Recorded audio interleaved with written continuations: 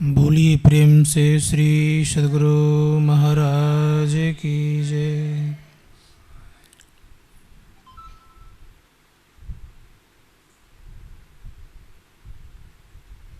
अखंडानंद बोधाय शिष्य संतापहारिणी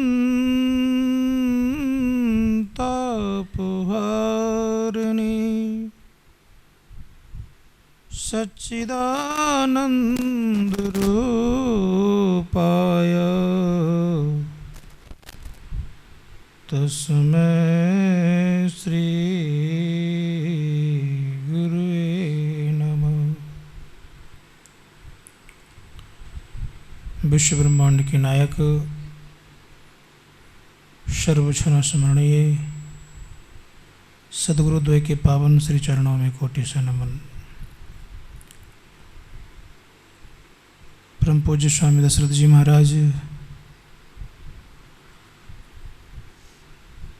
स्वामी किशोरानंद जी महाराज, स्वामी अभिषेकानंद जी महाराज, स्वामी विनोद बाबा,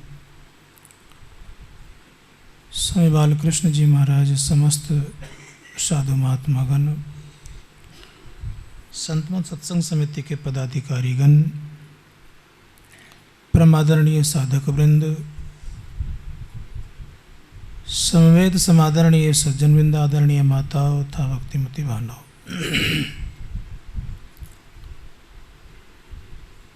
अभी हम लोगों ने पाठ के क्रम में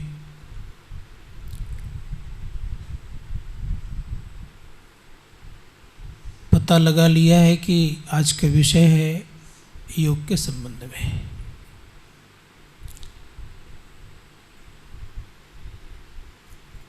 संसार में सबके जीवन में कुछ न कुछ योग है। योग नहीं होगा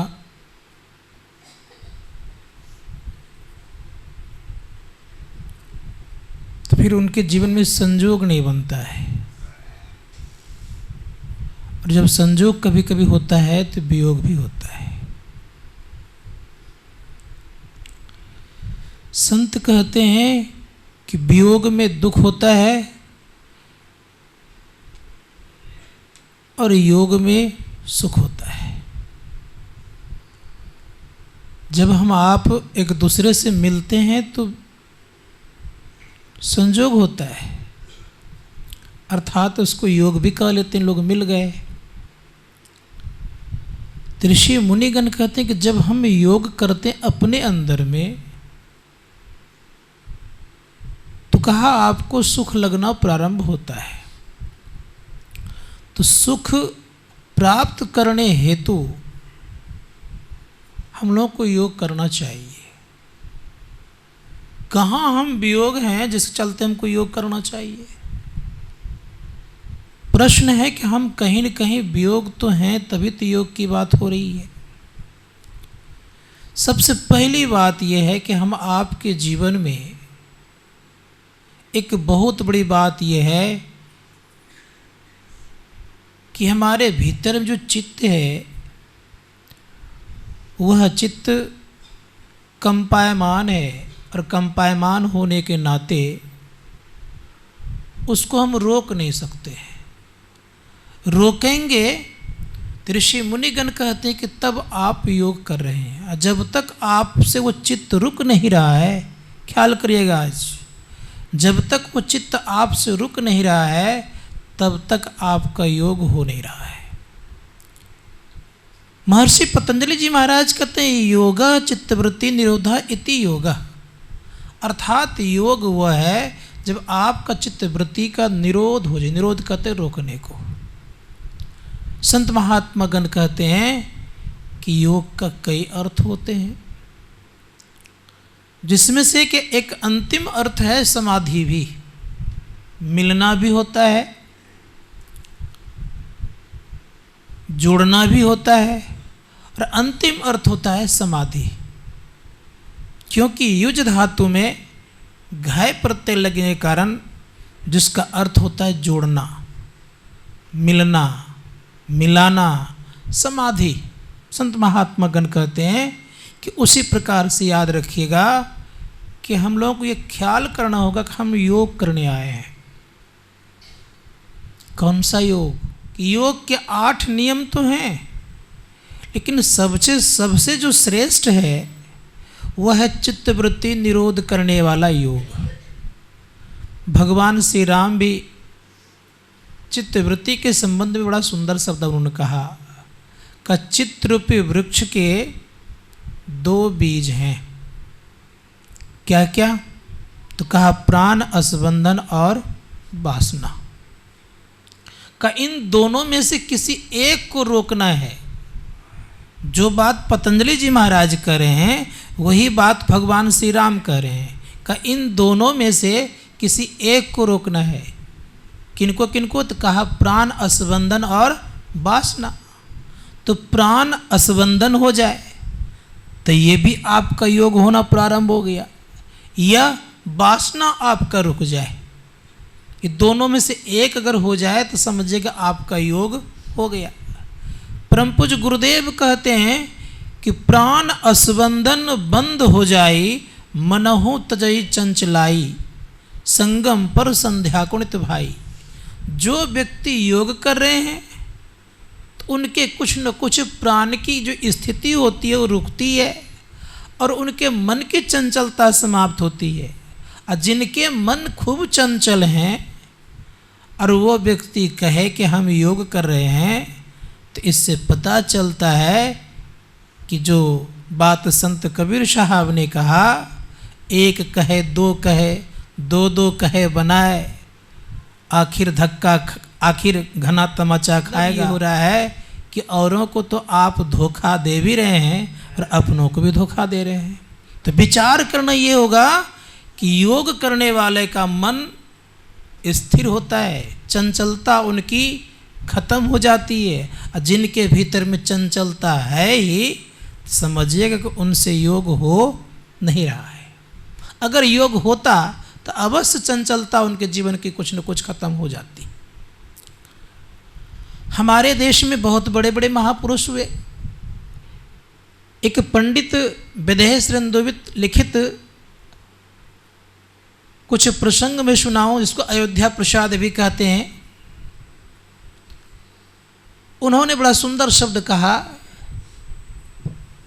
बाबा देवी साहब ने एक बार बड़ा सुंदर बात कही। कहा मैंने वह पुस्तक पढ़ा है जो कि भारी भरकम है, हजारों इंजन उसको खींच नहीं सकता है, लेकिन उस पुस्तक के जो पन्ने हैं मात्र में 2 ही हैं, 4 नहीं हैं। कहा उसके 4 अध्याय भले हैं लेकिन पन्ने कितने हैं? 2 हैं। तो उनसे पूछा कि कौन सा पन्ना है? तो कहा जो व्यक्ति योग करते हैं तो उनको पता चलता है कौन सा पन्ना है। तो कहा कि संपूर्ण पृथ्वी जो है, अर्थात संपूर्ण प्रकृति का ही है। संपूर्ण प्रकृति से मतलब संपूर्ण प्रकृति से मतलब होता है कि जड़ और चेतन दोनों प्रकृति।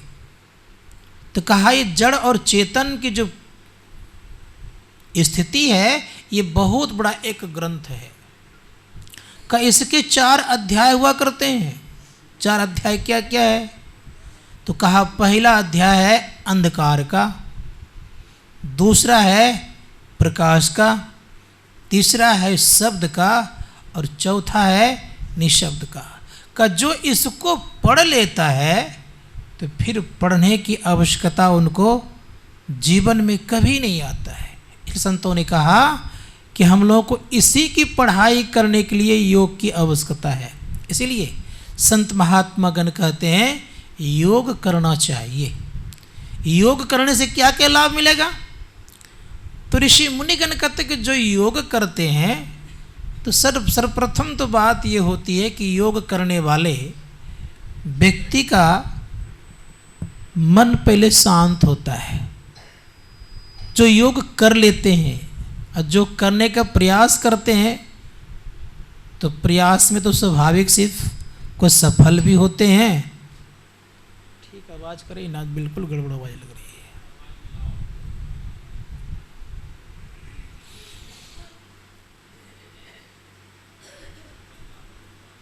तो मैं कह रहा था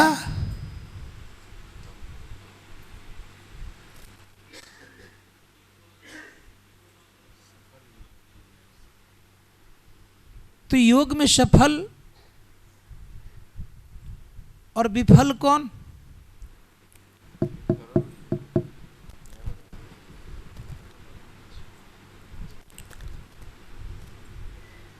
बोलिए प्रेम से श्री सद्गुरु महाराज की जय। रहने दीजिए, ठीक है। तो योग में सफल और विफल कौन? तो अनुमानता की बात नहीं है, यह हकीकत बात है। जब व्यक्तियों का आप देखिएगा कि मन शांत है और उनके पास बैठने पर आपको शांति विराजती है, उनके पास उठने का मन नहीं कर रहा है, तो आप यह समझिएगा कि उनके कुछ न कुछ भीतर में एकाग्रता हुई है, अर्थात उनके जीवन में योग हो रहा है। इसी कारण से शांति विराज रही है। संत महापुरुषों के पास बैठते हैं हम लोग, उठने का मन नहीं करता। क्यों? क्या कारण है? क्या वहाँ कुछ लाके कोई रख दिया है, चुंबक इत्यादि? चुंबक नहीं है, उसके पास वो योग की ऐसी विद्या है, ऐसी कला है कि उसी कला के कारण लोग उनके पास बैठते उठने का मन नहीं करता है। उनको निहारते भी लोग हैं। क्यों निहारते हैं? देखते भी क्यों देखते हैं? का वो शांति विराजती है। इसीलिए संत महात्मागण कहते हैं कि ख्याल करना चाहिए हम लोगों को कि योग करने वाला व्यक्ति शांत होगा, पहला नमूना। दूसरी बात, जो योग करेंगे उनके मन चंचल नहीं होंगे ज़्यादा, वो बिल्कुल शांत दिखेंगे भीतर से भी। बाहर से तो दिखेंगे ही, भीतर से भी शांत दिखेंगे। इसीलिए संत महात्मागण कहते हैं कि योग करने वाले के अंदर में क्या क्या नहीं मिलता है। हमारे परम पूज्य गुरुदेव कहते हैं, योग हृदय वृत्त केंद्र बिंदु में चमचम चमके ना, नजर जोड़ी धसे ताही में धुन सुनी पावे ना। जो योग करते हैं तो योग करने वाले के जीवन में याद रखिएगा कि उनको बिंदु दिखाई देता है। अब बिंदु पर जिनकी दृष्टि टिकती है, तो संत कहते हैं कि जिनकी दृष्टि बिंदु पर टिकती है वह व्यक्ति की चंचलता रहे, ये संभव नहीं है। ये नमूना है। संत महात्मागण कहते टिकाने वाले शांत होते हैं। अब मिलता क्या है? तो बड़ा प्रेम से कहा कि चमचम चमके ना, नजर जोड़ी धसे ताई में धुन सुनी पावे ना। उस पे अगर उनकी दृष्टि टिक गई, किस पर?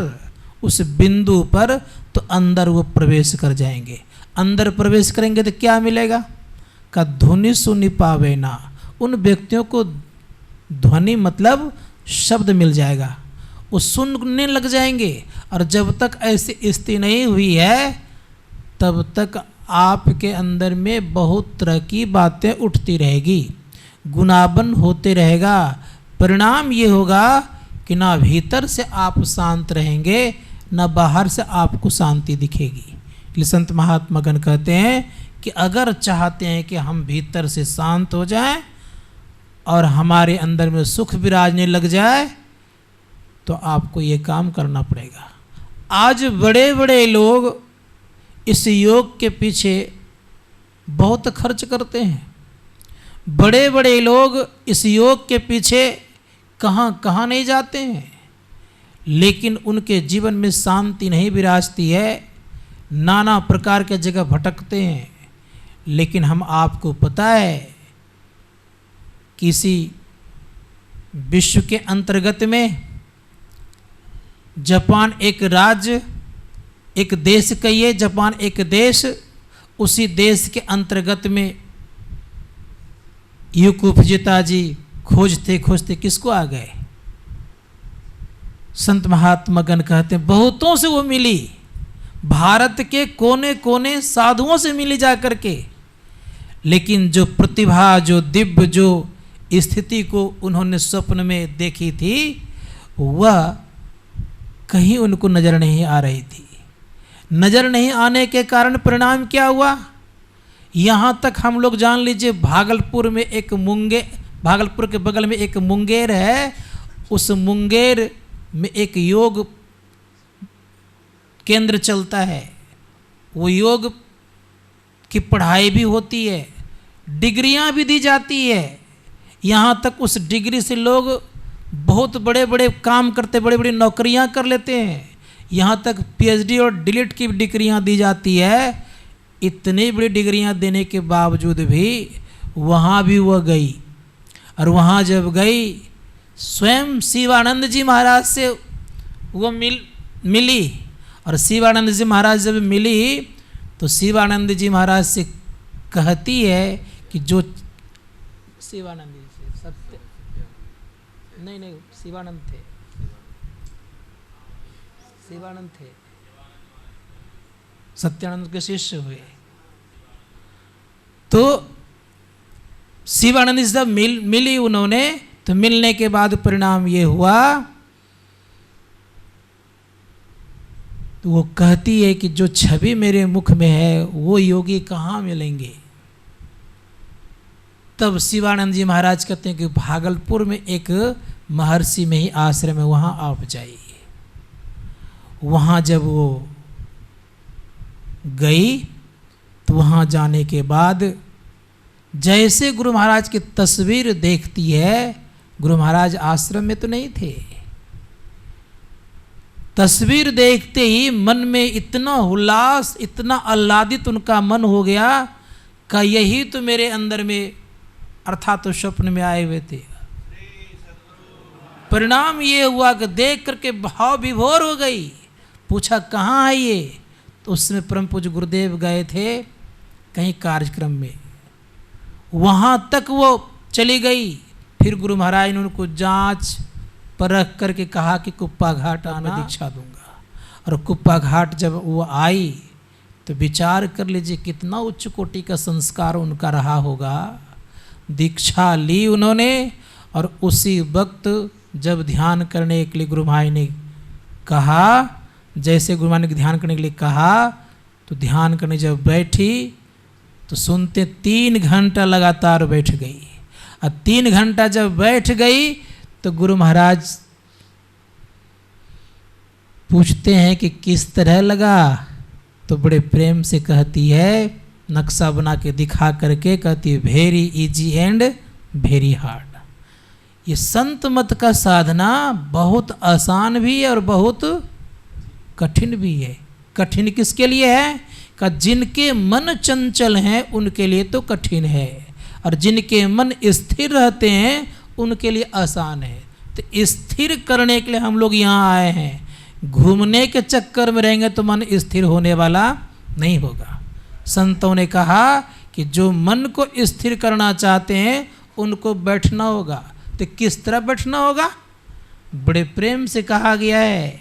मैं एक बार गांधी ग्राम भी गया हूँ। गांधी ग्राम में चरखा का कार्य आज भी चलता है।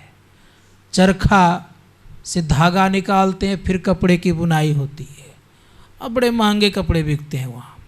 मैं भी कुछ वहाँ से कपड़ा लेकर के आया था। महाराष्ट्र में है।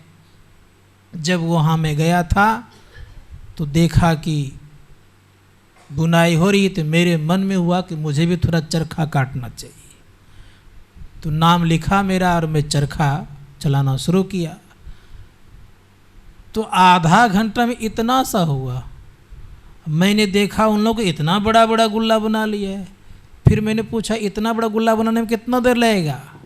कहा स्वामी जी 4-5 घंटा तो लगेगा इतना बड़ा गुल्ला बनाने में। तब मेरे मन में आई बात कि बाबा देवी साहब ने उस समय बड़ा सुंदर शब्द कहा था कि बैठे चूत तो निकले सूत। अर्थात जो बैठेगा उन्हीं का बड़ा गुल्ला होगा, और जो बैठेगा ही नहीं तो उनका बड़ा गुल्ला कैसे होगा।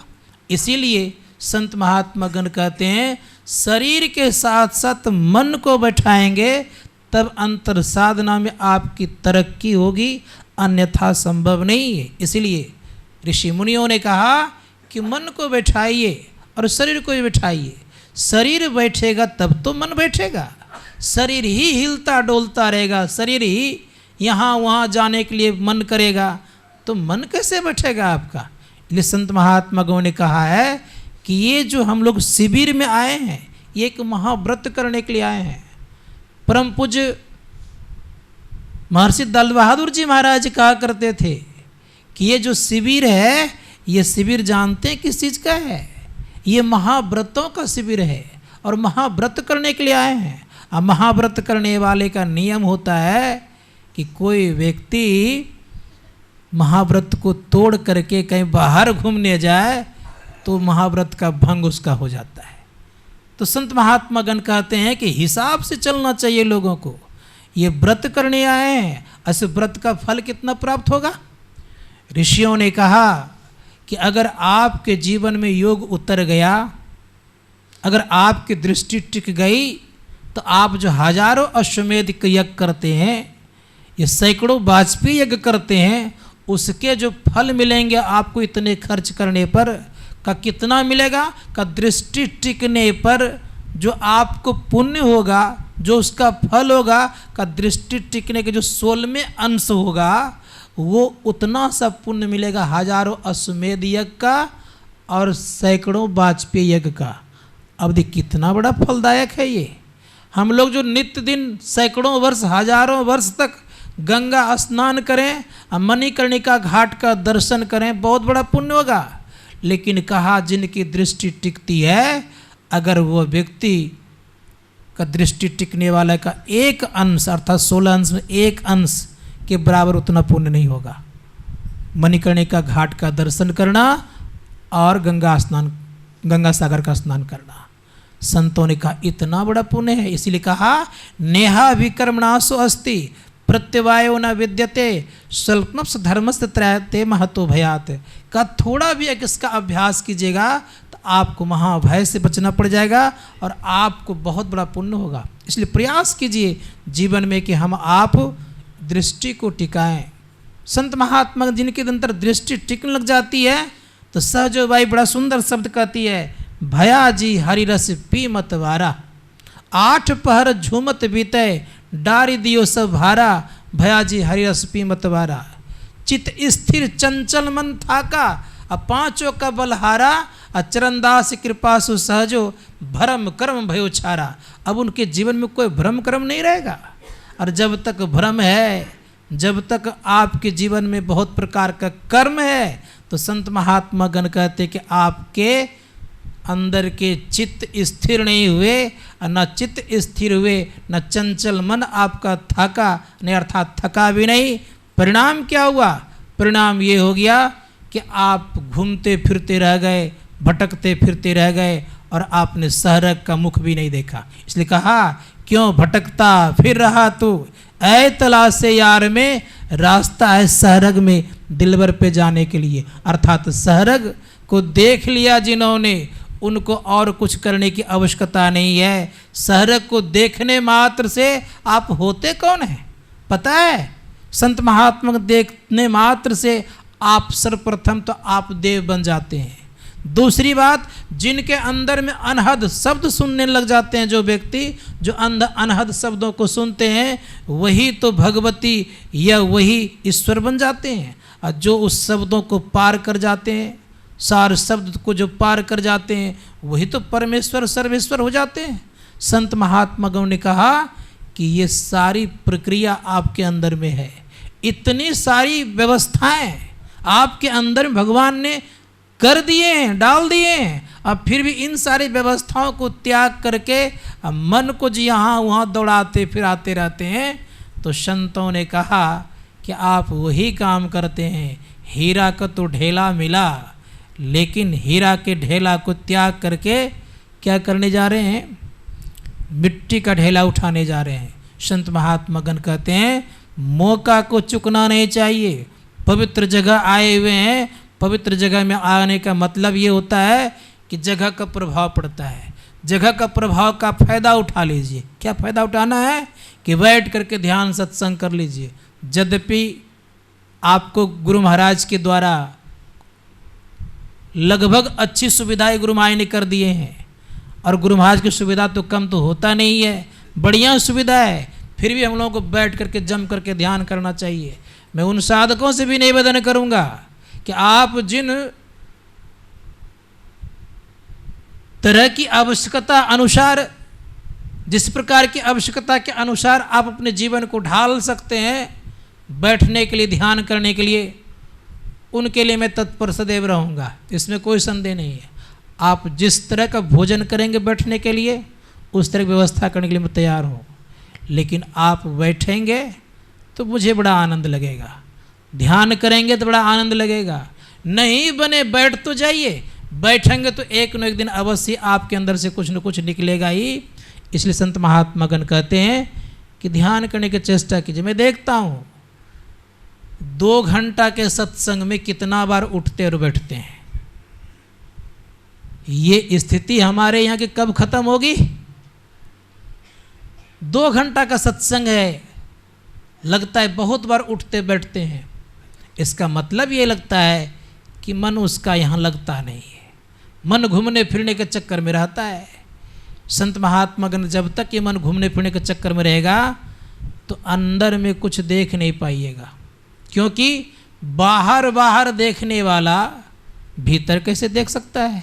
इसीलिए भीतर देखने वाला बाहरी दृश्यों को अदृश्य करना पड़ता है, अर्थात आंख बंद करना पड़ता है। आंख बंद करेंगे तब न भीतर देखेंगे। संत महात्मागण कहते हैं आंख बंद करने का मतलब ही है कि आप योग करते हैं। इसलिए सदैव ख्याल रखिएगा जीवन में ध्यान सर्वोत्तम कार्य है, और दुनिया का ही नहीं तीनों लोकों में सर्वश्रेष्ठ कार्य करने आए हैं आप। ये ना इंद्रलोक में मिलेगा, न ब्रह्मलोक में मिलेगा, न विष्णु लोक में मिलेगा, न किसी लोकांतर में ये सुविधाएं आपको मिलेगी ध्यान करने की। लेकिन मानव जीवन प्राप्त करके इन सुविधाओं को मत खोइए। और ऐसे जगह आने के लिए तो इंद्र भी ललायत रहते हैं। जब गोवर्धन पर्वत को भगवान श्री कृष्ण ने उठा लिया, जब इंद्र का घमंड तोड़ दिया गया, इंद्र जब उनके चरणों में आ गए तो कहा गया कि तुम्हारी अगर पूजा नहीं करेंगे लोग तो तुम लोगों को कष्ट दोगे। इंद्र ने कहा अब ऐसी गलती मैं नहीं करूँगा। ठीक याद रखिएगा, भगवान ने सिखाया हम लोगों को क्या करने के लिए। भगवान भी ब्रह्म मुहूर्त में उठ करके हाथ पैर मुंह धो करके मायातीत का ध्यान करते थे। उन्हीं के नगरी में आए हैं। अब सोच लीजिए कि उन्हीं के नगरी में आए हैं, उनकी सीख लेनी चाहिए कि बाहर बाहर घूमना चाहिए, क्या करना चाहिए। नियम तो कहता ये है, गीता और भागवत पुराण तो ये कहता है कि क्या करना चाहिए, उनसे सीख लेनी चाहिए। ग्रंथ बनाए सीखने के लिए, ना कि पूजा करने के लिए। याद रखिएगा, ग्रंथ से पढ़ करके उनसे शिक्षा लेकर के अपना जीवन को ठीक से चलाने के लिए ग्रंथ बनाए, ना कि अगरबत्ती दिखाने के लिए ग्रंथ बनाए। मूर्ति एक प्रतीक है ध्यान करने का, ना कि उसी को सर्वपूर्ण चीज मान लें हम लोगों ने। संत महात्मागण कहते ठीक उसी प्रकार से ध्यान करने के लिए प्रेरणा महापुरुषों ने दिया है। इसलिए ध्यान करने की चेष्टा कीजिए। आप देखिए भगवान शिव का चित्र, वो भी ध्यानस्थ थे। महर्षि व्यास का चित्र कहीं कहीं देखिए, वो भी ध्यानस्थ हैं। भगवान बुद्ध का चित्र देखिए, ध्यानस्थ हैं। भगवान कृष्ण का कहीं का चित्र आपको ध्यानस्थ मिलेंगे। संत महात्मागण कहते हैं ध्यान की प्रेरणा जगाने के लिए अपने अंदर में वैसी व्यवस्था रखिए और वैसा कार्य बनाइए कि हम ध्यान को बढ़िया से करें। रात में जग जग के करिए। मैं इतना कहूँगा कि जो जागता है ना वो पाता भी है, जो सोता है वो खोता है। इसीलिए गुरु महाराज ने बड़ा सुंदर शब्द कहा है। उन्होंने कहा कि साधकों को उठ उठ करके ध्यान करना चाहिए। जब जब उनकी नींद खुल जाए तब तब बैठ बैठ करके ध्यान करना चाहिए। नींद आने लग जाए तो फिर सो जाइए, लेकिन ऐसी प्रवृत्ति को बना कर रखिएगा। तो बना के कब रखिएगा, जब आपको योग करने की भूख लगेगी, जब आपको कुछ पाने की इच्छा जगेगी, जब आपके अंदर में आकांक्षा बढ़ेगी प्राप्त करने की, तभी आपके जीवन में ऐसी स्थिति होगी। इसीलिए थोड़े शब्दों में और कहना चाहूँगा कि हम लोग योग कर लीजिए। क्या क्या मिलेगा योग करने वाले के जीवन में। हम लोग दूसरे के गाना सुनते हैं तो बड़े आनंदित होते हैं। कहते क्या हैं, अरे इसके गला बड़ा सुंदर है, बहुत सुंदर राग से गाता है ये, और अच्छे राग से गाने के कारण उसको बड़ा आप चावसी देते हैं। ये कहते हैं बहुत अच्छा से गाते हैं, ये मन भी लगा देते हैं। ठीक उसी प्रकार से याद रखिएगा जीवन में, ये तो दूसरे का आपने गला सुना राग सुना, स्वर सुना तो अच्छा लगा। और जिन परमात्मा ने हम आपको रचा है और उन परमात्मा का कितना सुंदर स्वर होगा, कोई विचार किए हैं? उन परमात्मा के स्वर के संबंध में कोई विचार किए हैं कि कितना सुंदर होगा? ऋषि मुनिगण कहते हैं कि उन परमात्मा का स्वर तो इतना सुंदर होगा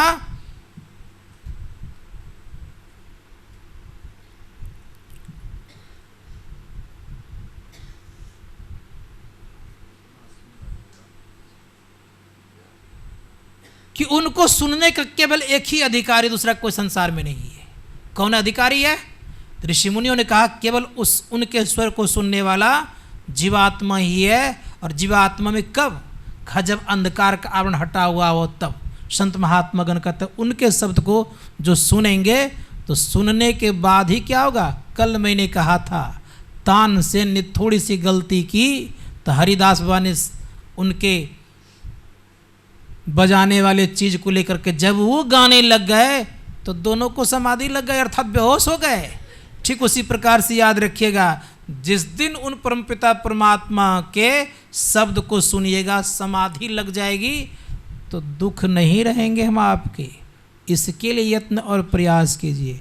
इसी के लिए हम लोग इतना मेहनत करते हैं कि हम लोगों को ये चीज़ मिल जाए। और जिस दिन ये चीज़ मिल जाएगा तो सुने आप लोगों ने क्या सुने कि तब माँ के गर्भ में नहीं आना होगा। और जब माँ के गर्भ में नहीं आएंगे तब जो माँ कभी कभी जी को पतला करती है, खट्टा मीठा रसा स्वादन जो खा लेती है, वो जो पीड़ा होता है वो पीड़ा से आप बच जाएंगे। संत महात्मा ने कहा ऐसी स्थिति प्राप्त करने के लिए हम लोगों को क्या करना चाहिए? अब बंद योग करना चाहिए और करते रहना चाहिए। समय 8 बज गया है। बोलिए प्रेम से श्री सद्गुरु